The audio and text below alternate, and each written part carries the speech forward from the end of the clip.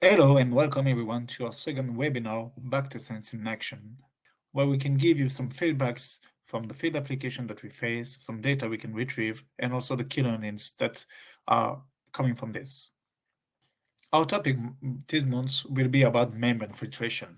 So our agenda will be divided in three parts. First of all, we will look at the membrane filtration overview, what are the challenges that we can face on this application, and how can the BactoSense address these kind of challenges. And on the second, we will go a little bit deeper on the application side with some examples and an overview of the different application we can have and we thought of. And finally, Kai will go deeper with the case study we face at the customer place, and it will give you some key findings and takeaways that he had about his specific case study and the information he retrieved there. So first of all, looking at the membrane filtration and where is it applied, a little bit of overview. The membrane filtration is widely present in different kind of application. The industrial field, of course, with everything related to purified water and ultra pure water in the pharma, medical, cosmetics industry, or in the semiconductor industry. We can also find this kind of application in the water UV system that is really booming over the last few months and years because the water produced there is more compact and also a little bit cheaper than standard methods. So we face more and more membrane application into specific fields of water reuse systems. But we can also find in the more traditional drinking water and wastewater system for the treatment of concerning agents such as PFAS, pesticides, but also for the purification of wastewater, for reuse, for reutilization, for recycling of the water, for irrigation purposes and things like that, and on the desalination part, of course, for the brackish water. You can also find in some in cooling systems, more on the ultrafiltration or microfiltration sides, and everything related to food and beverage that are a little bit specific about concentration, clarification of the system rather than looking at the permeate and treating the water. So going deeper on the membrane filtration here, we will mainly focus on all membrane filtration globally, starting from the microfiltration to the reverse osmosis. The idea, as you know, is that we have a feed, polluted or not, and we get a membrane where the permeate will go through and retentate, where all the pollutants will stay, will be discharged to something else, a river or whatever, and the permeate is what we are looking for. It's a really critical element to get a pure and safe water on all the application we said before. And microorganism is one of the big topics there that is not really looked at, either for the biofilling problems, different kind of breach, and of course the microbial regrowth after the membrane filtration or before due to the prefilters. And the challenge is right now is that there's no standard membrane tests that can measure bacteria or at least address these microbiological challenges. And this is where the BactoSense has a big up in the industry. Looking at the microbiological issues, of course, there's three main ones that we already said. The breakthrough, given malfunction of the membranes, and of course, operation and aging of the membranes over time. It will have an impact on the membranes quite fastly and can increase the number of membranes that you need to use and replace over time. And also, it can have an impact on your process by biofouling and scaling that can lead to clogging and at the last of the failure, but at least reduce your pressure recovery and your membrane recovery. And of course, there's the regrowth in the permeate that can affect the water quality in the end, coming from pipes, and can also have an impact on discontinuous operation due to stagnation or storage in some things. So as we said, right now, the challenge is that there's no standard methods that can really have an impact. And the challenge is that there's no current standard methods that can have a really overview of the bacteria contents and the microbiology that is going on in this kind of application. The integrity test methods are not relevant about this. They are either direct or indirect methods, looking at either the pressure decay and the vacuum decay. The current integrity test methods, they are not relevant for overviewing this kind of microbiology problems. They are mostly physical chemicals monitoring, either with the pressure decay, looking at the feed and the outlet, if there's a change in the pressure differential there, or more indirect methods like the conductivity if you are looking for specific water quality, or organic carbon and UV absorption that are kind of similar. Also, one of the main limits of the membrane filtration integrity test is that it's not able to look at really high level of log reduction values. There are some limits that we can address also with the BactoSense. So, as we said, this is the situation we're in, and the BactoSense can help managing microbiology. For those of you that don't know about flow cytometry, just to have a quickly understanding of the BactoSense, you stain the bacteria with different chemicals reagents, and then we can count them through a laser and know exactly and quantify how much bacteria there's in water. And then it can have a huge impact monitoring this kind of assets, because then you can know exactly your log reduction removal before and after the membrane, helping you to know if the membrane is good or not. And also it can help you to follow up the microbiological composition and quantification over time after the membrane, seeing if there's some regrowth in the pipe. And this is exactly what the scientific literature is going on about this. There's three main topics right now: the membrane integrity monitoring, we have good paper about this, also the detection of membrane biofouling, and the microbial regrowth after the process in the permeate.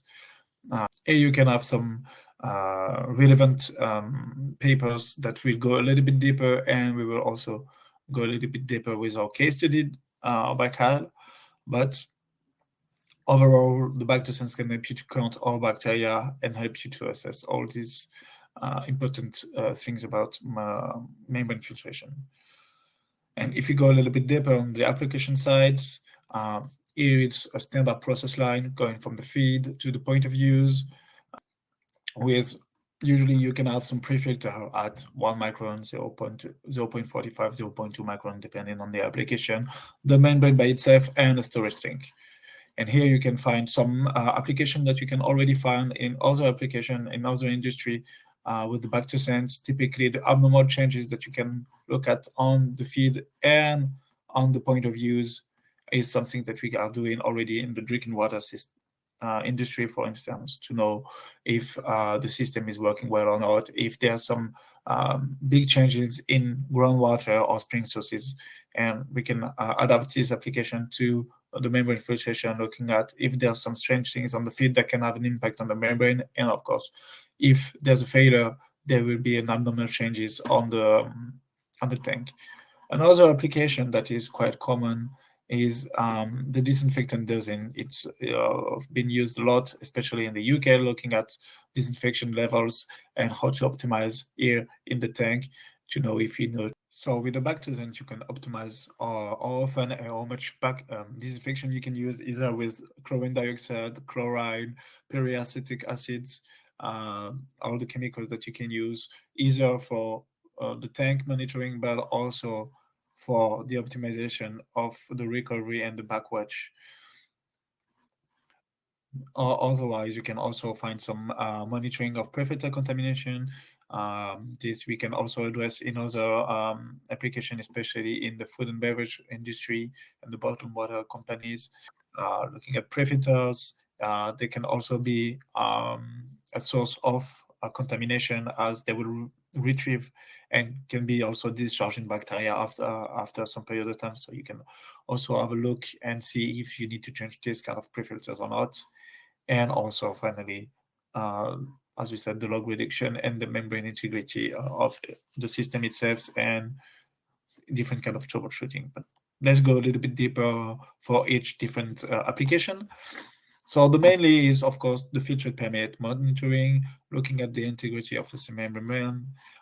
There's a good paper from Goda about this. And one of the things is that BactoSense and bacterial monitoring allows to detect immediately swift changes in the system, and so breaches.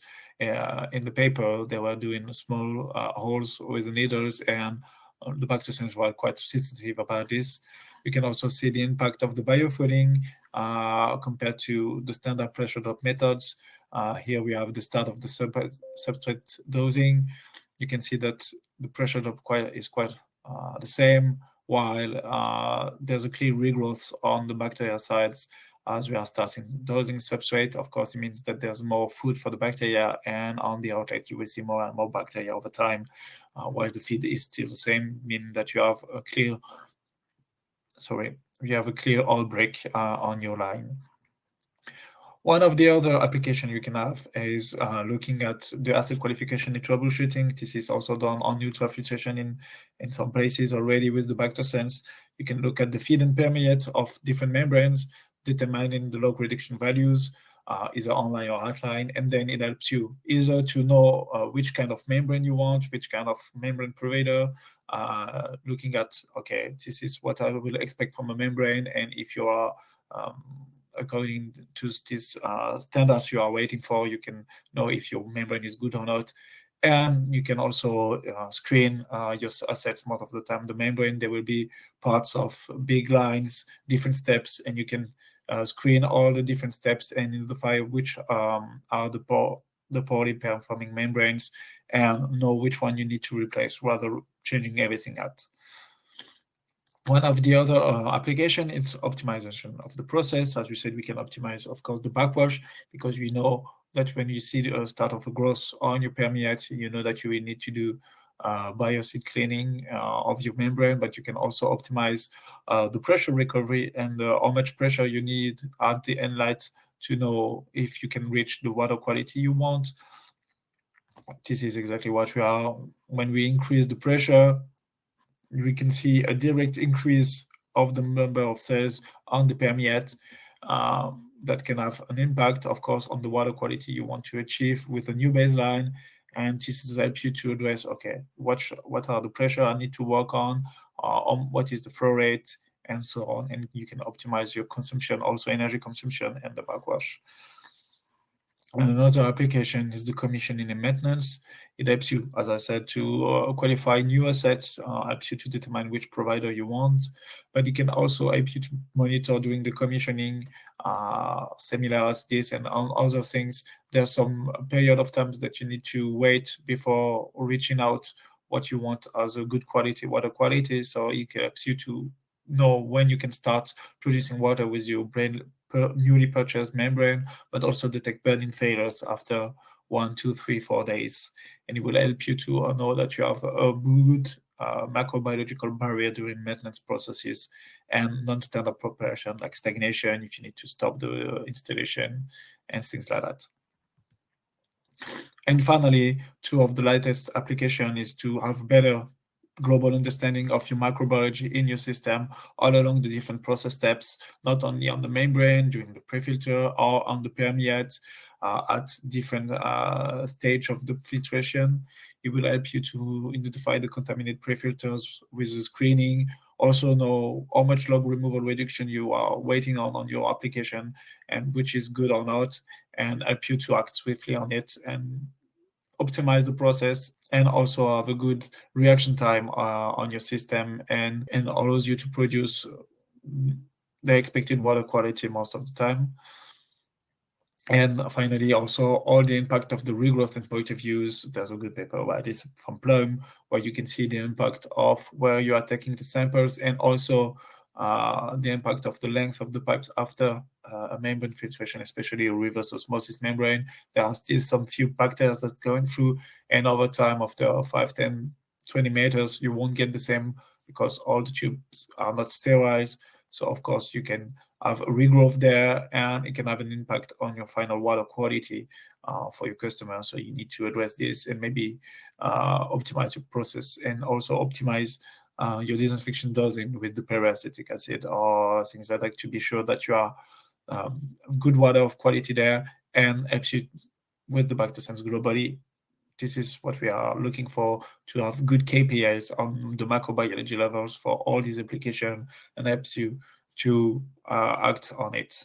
And now, after this long introduction about membrane filtration and how the BactoSense can help you on different applications, I will go a little bit deeper on this with a case study, a really interesting case study we had at a customer place in Switzerland. So, Kais, the floor is yours. Thanks, Kevin. Hi, everybody. We're now going to look at a case study we conducted with EcoPack. EcoPack is a company focused on sustainable water management. They design and operate these containerized water treatment systems. And their goal is to help clients to reduce their freshwater consumption by reusing alternative water sources. Their solutions are modular, they're scalable, and they're often deployed as these easy plug-and-play units, making them ideal for on-site reuse projects in sectors like pharmaceuticals, food and beverage, and manufacturing. So in this presentation, we'll walk through the key findings from this project and also highlight some of the key takeaways. So the BactoSense was deployed inside one of these containerized units, and the case study is titled Containerized Water Reuse Pilot System for a Pharmaceutical Company in Switzerland. The customer's main needs for this project were, one, to significantly reduce their water consumption to meet strict sustainability targets, and two, to ensure that the reclaimed water would meet local drinking water standards. There were some clear challenges. One was the variability in feed water composition, and another was achieving a high level of confidence in the microbiological performance of the system.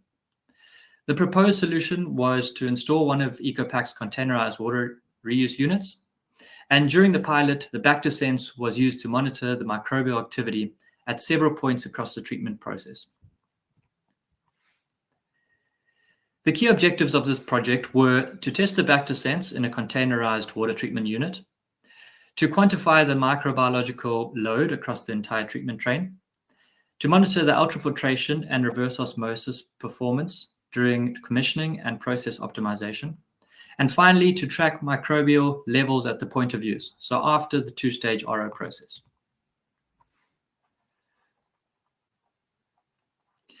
Let's now look at how the system was set up.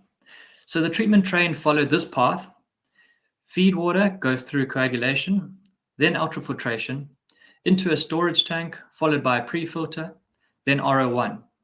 The concentrate from RO1 is stored in another tank, pre-filtered again, and then goes through RO2. The BactoSense was used in both manual and online modes. In manual mode, we performed a grab sampling campaign to get an initial overview. And then in online mode, with intervals ranging from 30 minutes to 2 hours, we captured continuous trends and microbial dynamics over time. So the first step was to use the BactoSense to characterize the entire process. This was done by running a grab sampling campaign in manual mode. And here are some of the early findings. So the UF and RO membranes together achieved a total cell count, a TCC reduction of around 1.5 log. We observed signs of bacterial regrowth in RO feed tanks of pre-filters, especially before the RO2, which could potentially impact membrane performance. The final water quality showed a TCC of less than 5,000 cells per milliliter, reflecting a 1 log reduction across the entire treatment train. In the second step, we investigated the pre-filter before RO2 in more detail.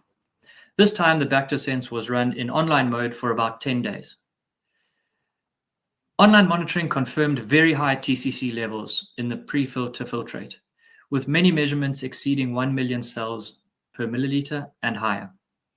We also saw that stagnation, so no flow events, caused these spikes in TCC. This suggests that possibly high TOC in the RO1 concentrate may be fueling rapid bacterial regrowth in the storage tanks and pre-filters. That in turn could have negative effects on the RO2 membrane performance and lifetime. And that raised the question, could changing the pre-filter improve the situation?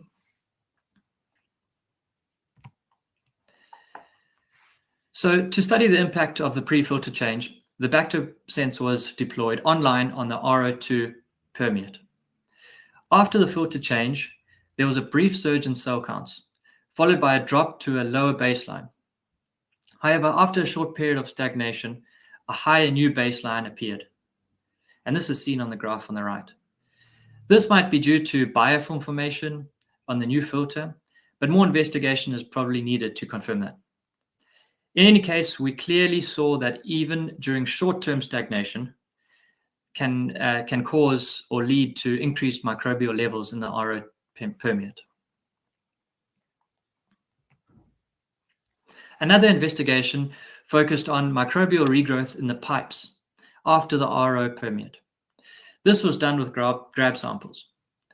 The results show that just a few meters of pipe between sampling points could already cause an increase in TCC due to regrowth. So for accurate water quality assessments, and if the BactoSense is going to be deployed for future type of similar applications, it's really important to sample as close to the membrane outlet as possible.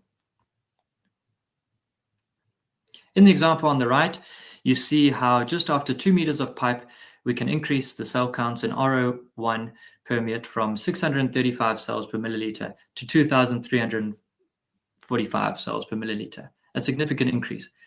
With RO permeate 2, we don't see such a significant regrowth. Here, we look at the effects of longer stagnation on the RO2 permeate. The BactoSense was again running in online mode behind the RO2. As shown in the data on the right, after about 1 day of stagnation, we saw a major spike in TCC, roughly a 50-fold increase. And it took around 1.5 days for the permeate quality to return to the original baseline. The source of the spike could be biofilms or residual bacteria from storage tanks, filters, membranes, or piping. Knowing this information, operators could take preventative actions like flushing, disinfection, or membrane cleaning to limit this biofilm buildup and protect the permeate quality. The data set now shows a period of continuous online monitoring of the RO2 permeate. We can see that RO2 permeate is not always stable. We see these transient surges in TCC, sometimes exceeding 100,000 cells per milliliter. Some spikes were linked to short-term stagnation, but not all of them. And at one point, we see membrane scaling leading to a reduction in flow, which caused a higher TCC. This was followed by stagnation, which further accelerated this microbial regrowth, and we see how we can get a 6-fold increase in TCC at that point. Here we zoom in on the fingerprint data during the same period. We can see the development of the HNA, or high nucleic acid cluster, which typically indicates active growing bacteria, particularly during the membrane scaling and stagnation events.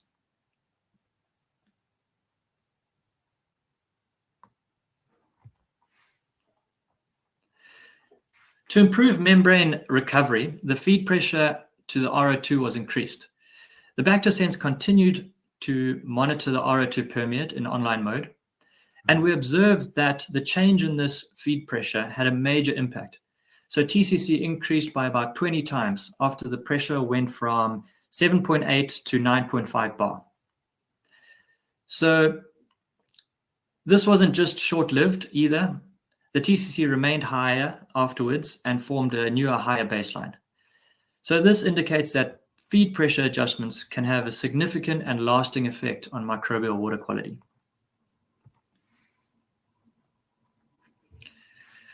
While monitoring the UF filtrate in online mode, there was an unplanned plant shutdown, lasting about 2.5 days.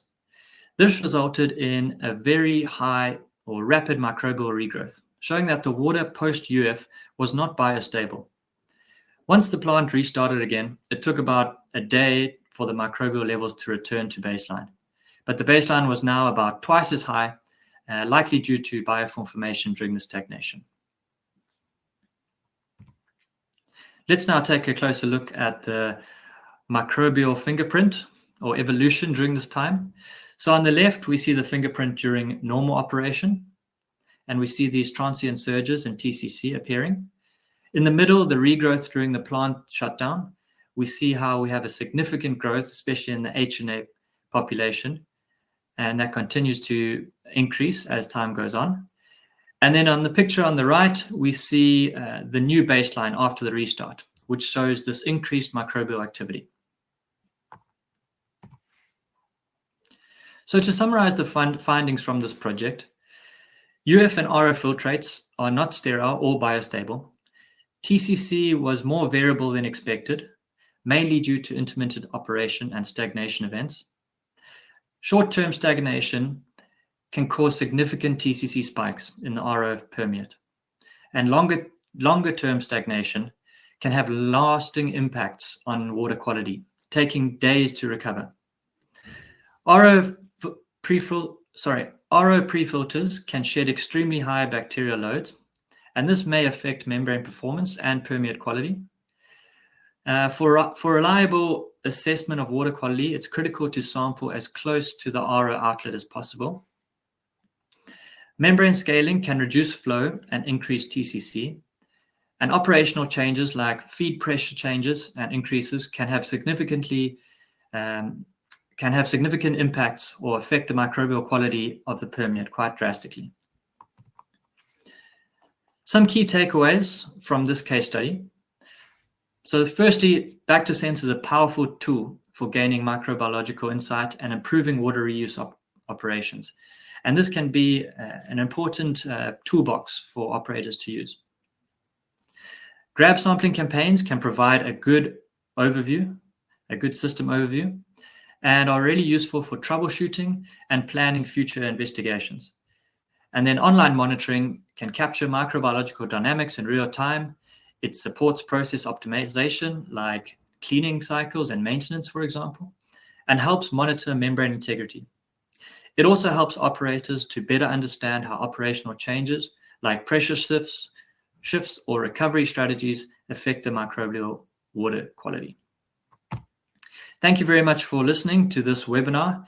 If you have any comments or questions, we'd be happy to try and answer them.